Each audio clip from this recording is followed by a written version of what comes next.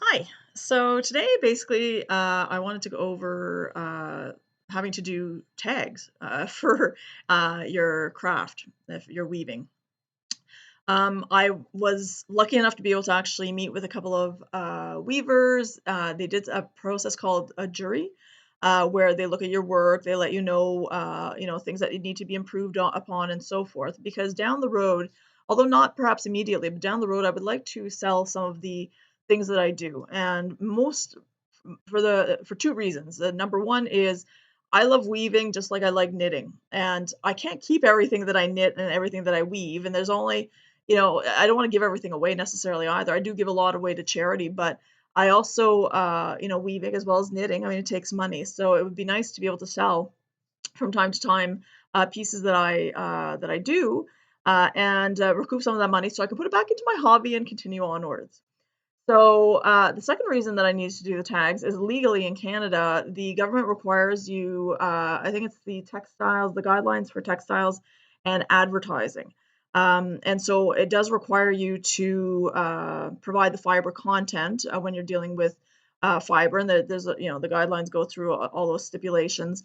Care instructions are not mandatory based on the guidelines that I looked at, and and then either one of the official languages, either English or French. I've chosen English. You could do both. Quebec, which is a province in Canada, has other further stipulations as well. But again, I'm in Ontario at this point, so I'm not too concerned about that.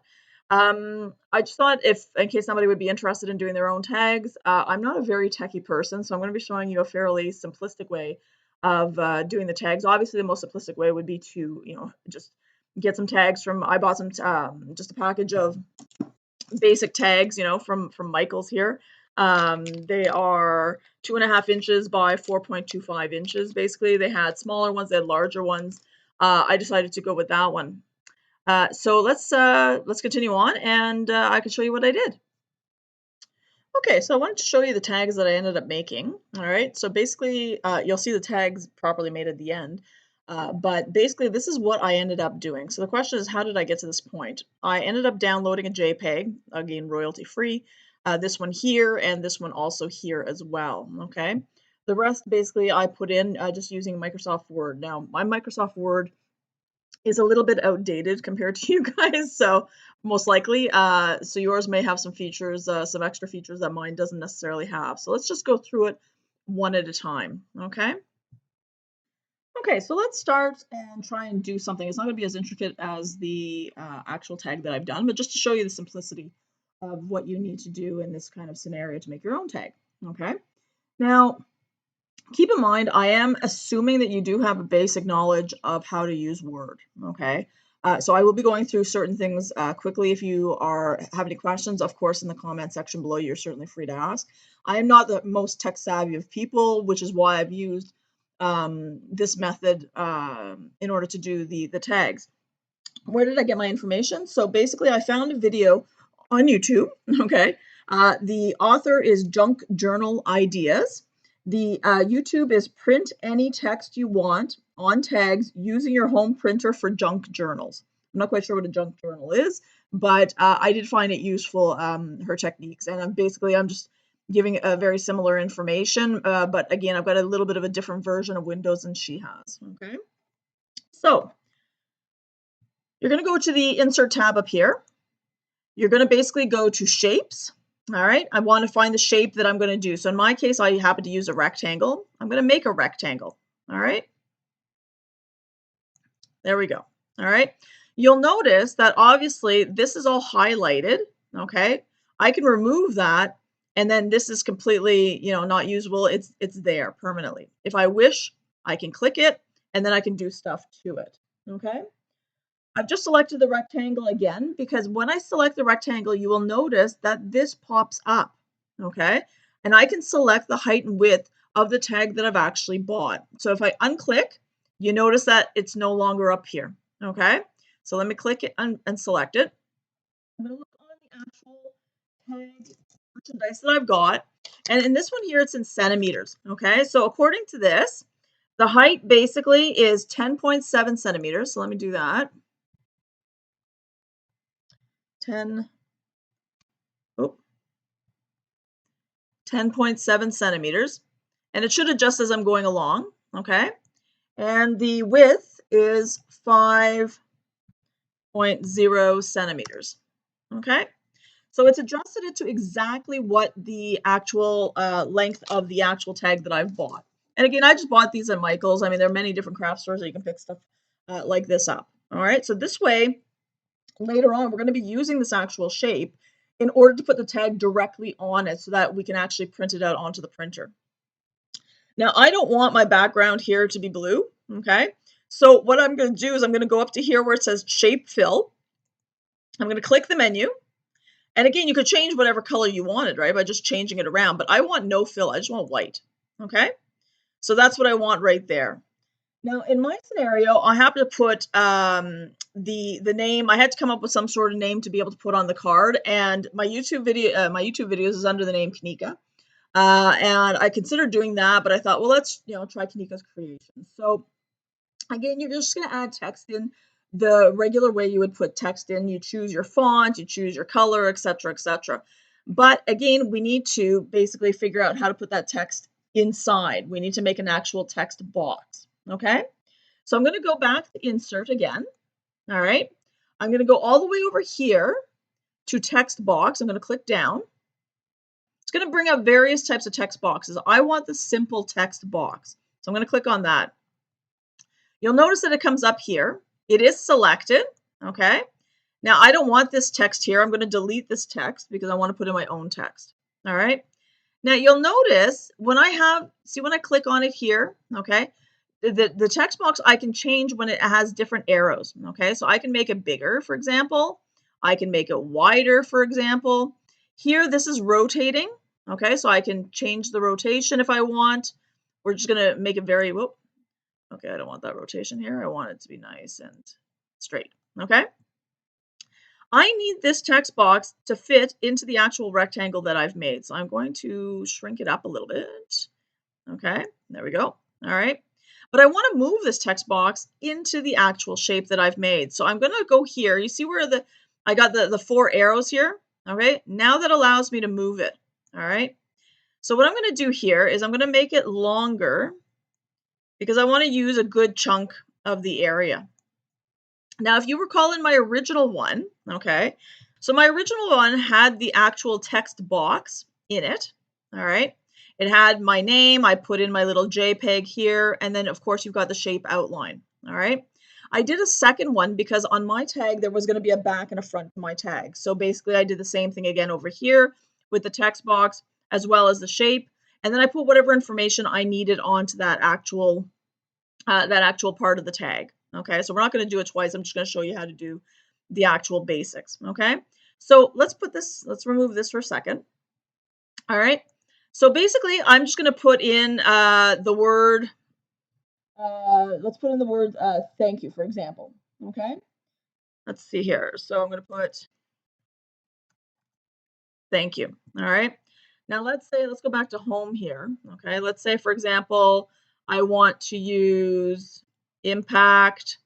I want to use a font that is, let's go 22. Let's say I want it to be centered, for example, okay? And let's say, for example, let's say that's all that I necessarily, actually, let me just do here. Let's pretend that it was a smaller box just to make life easier for you to see. I'm going to just bring it down a little bit here, okay? All right. And again, you can alter it. You can do whatever it is that you want to do, okay? Now, the thing is, though, is that once you've got this done, I don't want this text box line necessarily on my actual tag. I did try printing it with the tag, but when I put the paper in with the tag taped onto it, sometimes it was slightly off, and I'm a bit of a perfectionist. I didn't like the fact that you could tell that the lines were slightly off, so I came back and I actually deleted this actual text box. Okay. So let's say this is exactly what I want to have on the tag. I do not need this extra line here. So what I'm going to do is I'm going to take my cursor, which is right here. I'm going to right click on the mouse and it's going to pull up. Oh, there we go. It's going to pull up a list of things here. I want format shape. I'm going to click on that. And basically I want no fill. All right. And then also here on the line, I'm going to put no line. I don't want any line either. So I'm going to close that. Okay. And it's gone. All right. So now when I put my, when I tape the actual tag on top of here, there will be no line. If you wanted that line, obviously you would have kept it. Okay. And it will just print this in exactly that same spot. All right. Now, let us say this is all I wanted on my tag. I would obviously go and save it, save the actual file. Now, what I do is I save two different files. I saved the first file that had the text box. It also had the rectangle box that you see here, for example. Okay, but then I go back and I will or exactly what I wanted to print. So if I didn't want the text box, obviously the text box would be gone. So in my scenario, actually it is just the rectangle box, and I would keep that here. I would print this as it is now because I need to actually have a copy to tape the tag onto. Okay. Once I've taped that tag, and I'll show you that in a moment. Once I've taped that tag onto, I will actually come back, okay, after that's done, and I've got a physical hard copy of it, all right? I'm going to come back, and I want to get rid of this line here. So I'm going to highlight this line right here. I'm going to press the delete button. Boom, it's gone. Okay, so when I'm printing it out on the tag, I'm not going to have some blue thick rectangle line on my actual tag because that's not what I wanted. I just wanted the word thank you. Okay, and for just for simplicity's sake, I might print, for example, the second one as well, but not really necessarily as important. Okay, now let me show you what we're going to do with that hard copy that's going to go into the printer. All right, give me one moment and I'll set that up. Okay, so we're back. So these are the tags that I ended up making. Okay, so you can see here, I ended up making two tags at the same time. You could potentially make multiple tags on the same page. I just wanted to make sure that I could do it before wasting a whole bunch of tags. So the package of tags, as you can see here, that I got, basically 2 inches by 4.5 inches. The centimeters is right here. Oh, there you go. Centimeters is right there. Okay, and on the back of these tags, I have the opposite. Okay, which is what I showed you earlier. All right, now let's take a look here. Okay, basically we have the outline, and now this one here, yesterday I did not remove the text box, but it's really irrelevant for what I need in this particular scenario. So I've got that outline of the rectangle.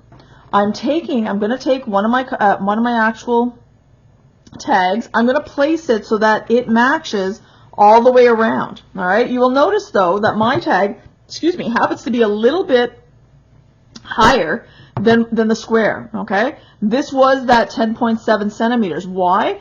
Because this part of the tag is not really usable for me to be able to print on. Okay, so even though it is actually there, I could have extended it and just made sure that I don't allow the box to go beyond that. That's up to you. Okay, so basically you'll see what I did here is that I literally lined it up. I traced the pencil around it. Now I have an outline for it. Okay, I know, according to all this, I know exactly where everything is going to be. So if I actually put this here and I were to flip it up, I know exactly where all of these will be. Okay, will go. So then I take my tag, okay, and I had 2 of them because I was doing them back to back. So this one is going to do the exact same thing, but it's going to print this. So when I tape this one here, I ended up using some painter's tape. I'm not going to do that right now, but I ended up using some painter's tape. I taped all 4 edges just inside to make sure that there's no chance that the printer would actually print anything on the tape. And so then I got basically one, and then I put it basically through my printer. Now I tried putting it through the tray, but as it kind of rolls through, it actually got stuck. So I'm lucky my printer on the back actually has a little tray at the back that you can manually feed individual papers. So I basically took this one sheet with this stuff taped, put it through, it printed no issues. Okay, so in the end, when it finally ended up going through, I had one that looked like this, I had one that looked like that. Now again, they're not completed, so what I ended up doing is that I ended up removing it, taking the painter's tape off carefully, because again, it was lucky it did not stick. And then basically what I did is I took this one, I taped it here, and of course it was blank. I took this one, I flipped it over, and again, at the time it would have been blank. I tape it again, put it through, did my other side, okay? So again, you could do this with multiples. I'm not planning to sell a lot, to be perfectly honest. I have a regular job. You know, who knows, maybe in retirement I'll do more, but so I only need a few of these done. So that's why I've chosen this kind of more simplistic and cheaper version of doing things than printing my own cards or buying cards, etc.